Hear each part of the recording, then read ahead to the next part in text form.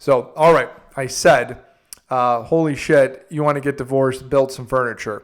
So, kidding about the divorce part, but what I do want to talk about is this kind of overarching theme, and I'm going to illustrate it in a story. And the story is the engagement of my wife and I, Beth.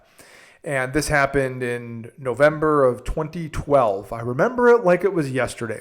But the reason I'm going to tell this story is at the end, hopefully it'll make some sense. So we were getting ready to go on a long weekend trip to Chicago. We lived in Dallas at the time, and we were just dating. We were not engaged yet. And I had months earlier talked to my father and talked to her family and had everything ready to go. I had the engagement ring, and we were leaving the next morning. And I'm sitting in the living room of our apartment, just nervous in the service. My wife is in the bathroom doing something, and I picked up a magazine nervously, and I thumbed through it, and it was one of her magazines, because we used to read magazines back in the day.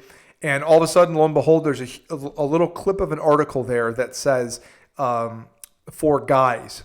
And this was like the most random thing that happened.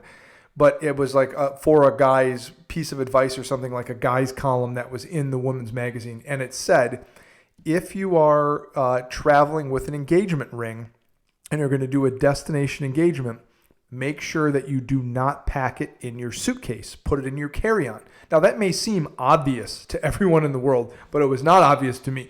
And I had the ring tucked away, nestled, if you will, in the suitcase.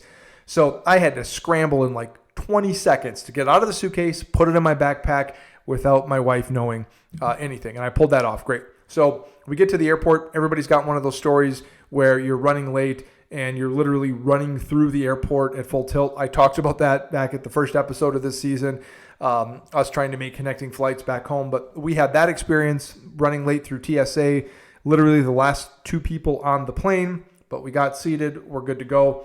We're flying, and my wife asks me something to the effect of, or says something to the effect of, hope you're planning an engagement this weekend, or it would be really nice if I came back with a ring or something like that.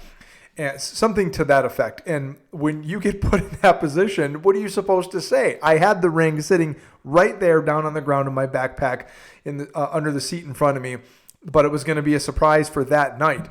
So I don't remember what I said. My wife, I think, is very clear on this, but I think she said that I told her something along the lines of like, I'm not ready to marry you, or I don't know if you're wife material or whatever. I hope to God I didn't say that, but according to her, I said something along those lines, or, I'm just not ready. I just want to have a fun weekend or whatever. So the rest of the flight, my wife was just furiously thumbing through her magazines and just, almost the pages ripping out. And I was like, oh, great. We haven't even landed yet, and I'm already in trouble.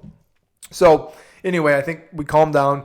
We ended up walking around for a few hours, and when we got settled in Chicago and everything, and walking up and down Michigan Avenue, and the whole time, I could tell she was sad or mad, or maybe both. And I was uncomfortable because it didn't go well or whatever. So anyway, that night, like I planned, I was going to propose, and it was cold, and we ended up going to Navy Pier, which is where I wanted to propose to her, on the Ferris wheel in Navy Pier. Now, I hate heights. Like, for me, if I am standing up, it is too high for me. That's basically my fear of heights. But I thought that would be a really cool experience and something different, something a little bit more unique. So that's where we ended up doing it. Top of the Ferris wheel. I'm freaking out. I don't even remember what I said. She said yes. All was forgiven. When I kind of told her the story of like why I said what I said, even though it was the wrong thing to say. So we're all excited. We get off the Ferris wheel, and it's at Navy Pier, and it was at night during the week. So we're looking for somewhere where we can go quickly to have our first celebratory drink, call our families, do all that stuff. We looked around, and the only place that was open at the time at Navy Pier was Bubba Gump. So what do? You go in, you make the best of it. So we went into Bubba Gump to have our first celebratory drink as a newly engaged couple, and are promptly greeted by a pregnant smoking bartender. Now, I don't know if she was really pregnant, but I think she was. And she was smoking. And we came in, we're grinning from ear to ear and telling her, hey, we just got engaged.